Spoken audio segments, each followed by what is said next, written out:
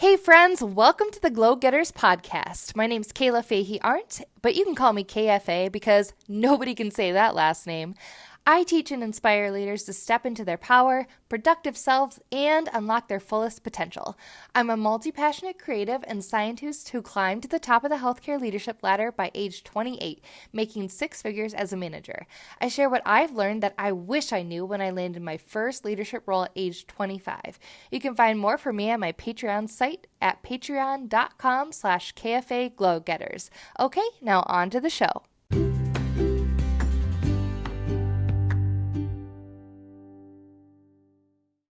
So, good morning, everybody. Welcome to the Glow Getters podcast. I'm actually going live on Insta and recording my podcast at the same time because I was like, hey, gonna try something new. So it is Monday, April 6th, and we're just gonna hop right into it. So I'm doing my podcast live, and I just thought it'd be fun to go live on Instagram and give you guys some tips about being productive if you're working from home. Also, these tips can work if you're trying to entertain your kids or teach your kids at home as well. I just think that we're going to keep it really simple because when you're working from home, it's like week 2 or 3 now, depending on like how you've been working. It's hard to remain focused sometimes. And also, like, I've been finding myself feeling like, wow, I'm being so productive. And then the next day I'm like, I'm not getting enough done. And so I just wanted to give you guys some tips and things that have worked for me as I try to be productive at home and like structure my day in a different way than when I'm in the office. So the first thing, I have a Post-it. So I am huge on Post-its or sticky notes, if you don't want to use the proprietary eponym. But I believe in the Post-it method. And the Post-it method is essentially, the Post-its are small for the most part, unless you're like me and you have like, you know, the giant Post-it and then like the even more giant Post-it. And I even have like a really big, you know, like foot like 12 inch by 12 inch Post-it, but the small ones. And essentially there's not a lot of space on there, right? So you can't fit a lot of stuff on there. So it actually helps you prioritize and skinny down your list to just 2 or 3 things. So I usually put like my big 3, I call them, on my Post-it. 1, 2, 3, I number them, I write them out. And honestly, most people can't get 3 big things done during the day. It just doesn't happen because honestly, we have meetings and we get interrupted and then we need to check our email and we need to huddle. And the way that my work works anyways is that we have protected time from 7 to 10. We're not supposed to have meetings, but that's the time when we have huddles. So, you know, that time's full essentially till like 9:30.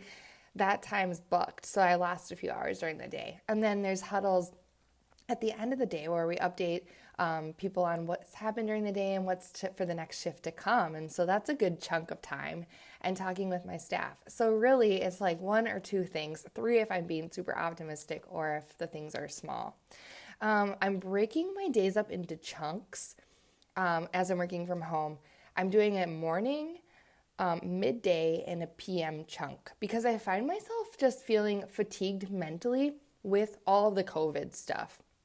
So because COVID's going on, it's not like we're just like, this is fun, we're working from home, right? We're stressed out because our minds are thinking about all the things that might happen or the unknowns that we don't know about. So I'm breaking my day into chunks, morning, midday, and afternoon. So it depends on what your flow is like, so you can decide how you structure your day and like what's the most hi guys who are jumping on. Hi Ashley.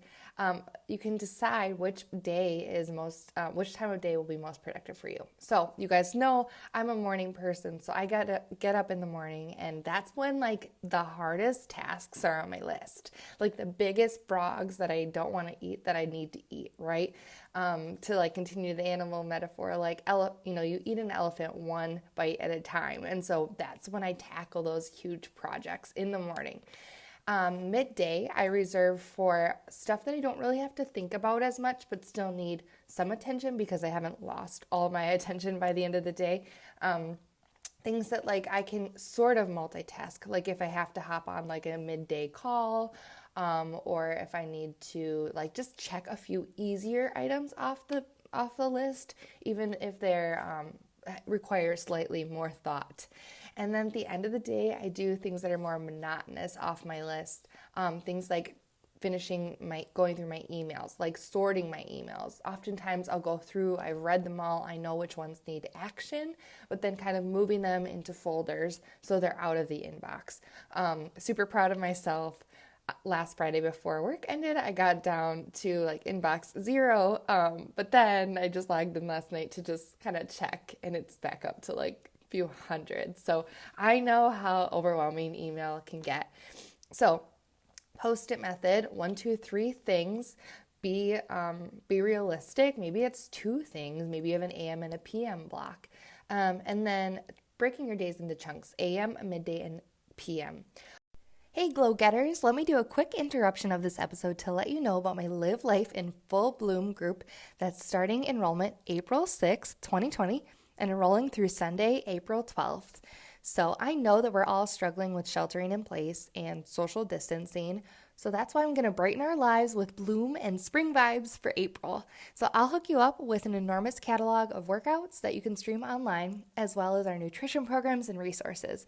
And bonus, you'll get access to my private app where we track our workouts and nutrition programs in progress, and you'll be in my Glow Getters community with kind, supportive, and fun women where I share positivity, mindset tips, personal and professional development resources, and lifestyle coaching.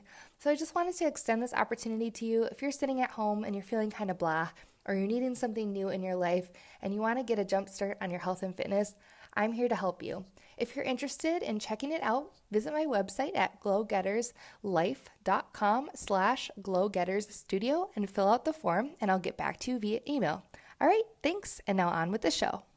With that, I'll also say, make sure that during the day you give yourself breaks. So let me actually give you a quote to kind of demonstrate why this is so important. So I love this book. It's called Making Work Visible. I got it when I was trying to learn more about lean thinking.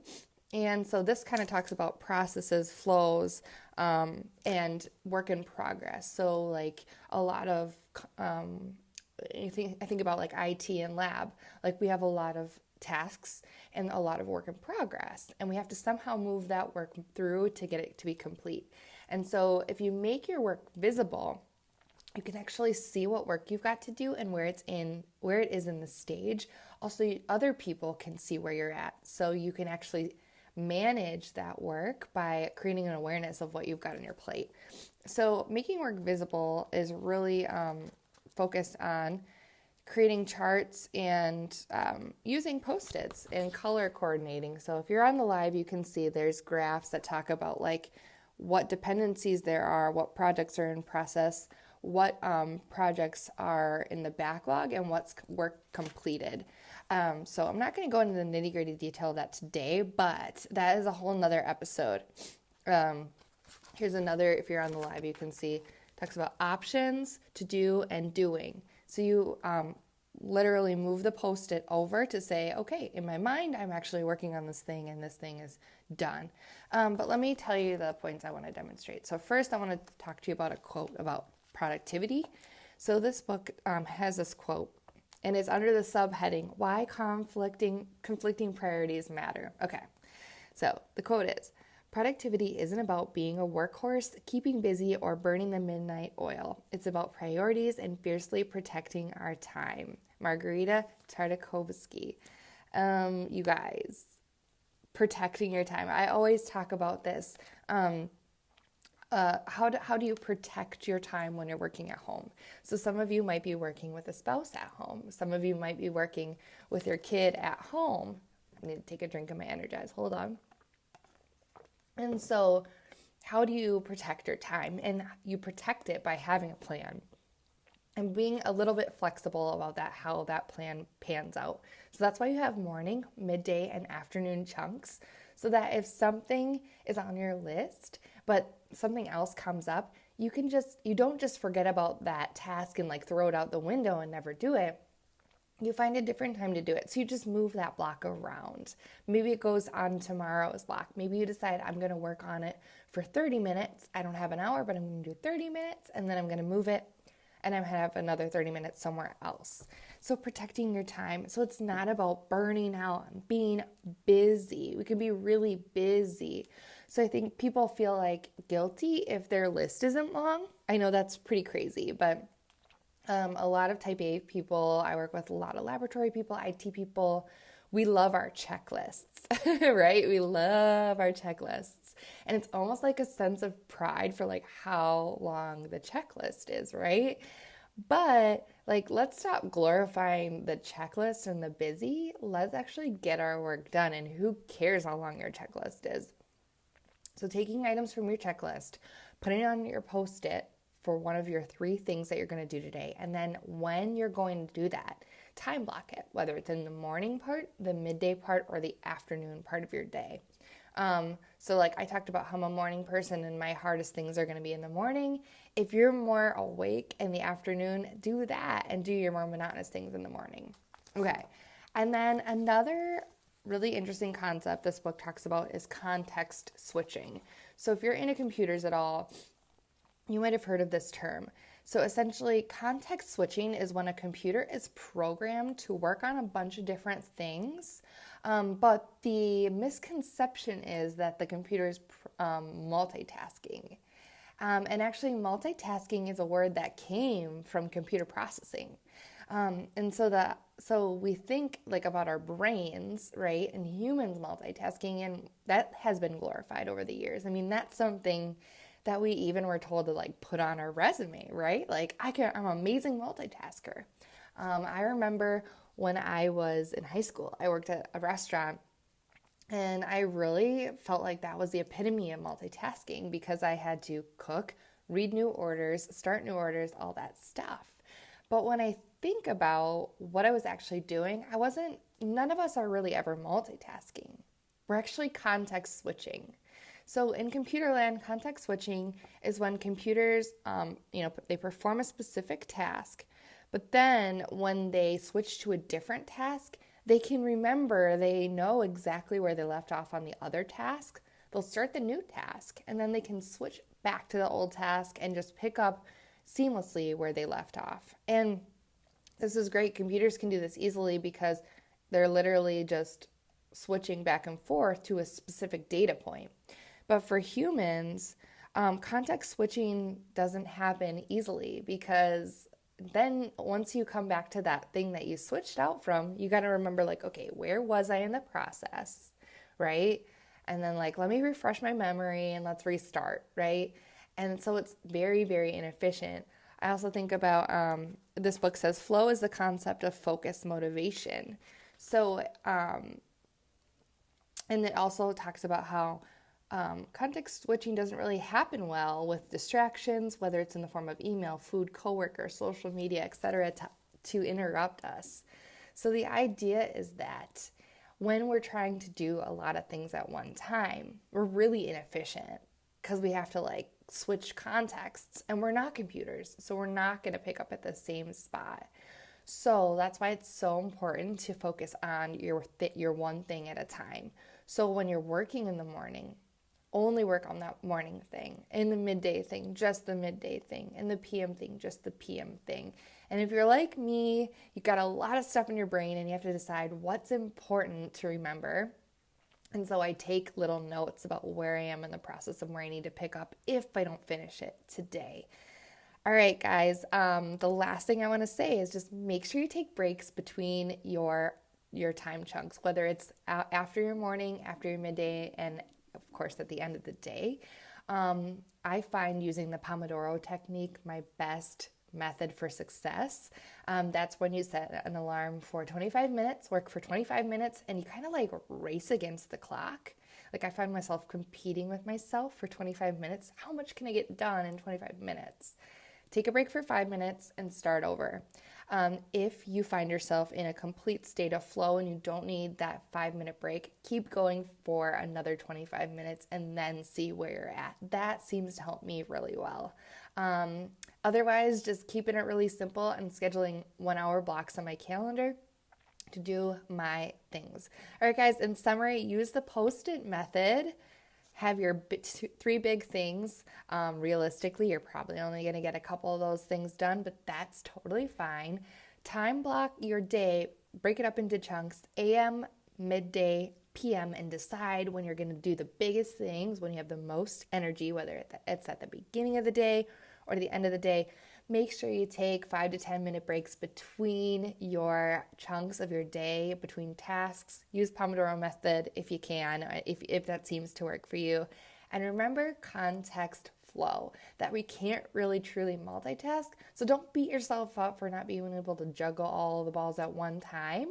Just do a few things during the day, one thing at a time, and you're going to be like so much more efficient than everybody else.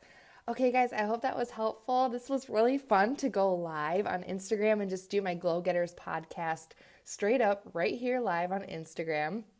The podcast is going to be up later today, and so I'll let you guys know so you can re-listen to it if you like. Otherwise, I'm just going to leave the live video up here for today. Okay, guys, have a wonderful, wonderful day. Good luck. Remember, it is Monday. It is still important to keep track of what day of the week it is.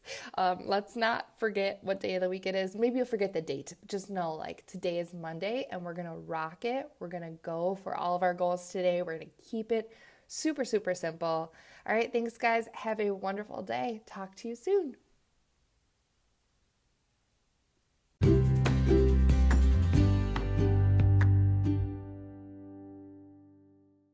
All right, that's it for today. Thank you so much for listening to the Glow Getters podcast. If you enjoyed this episode, please leave me a good rating and review on iTunes. It really helps me get this podcast in front of other people.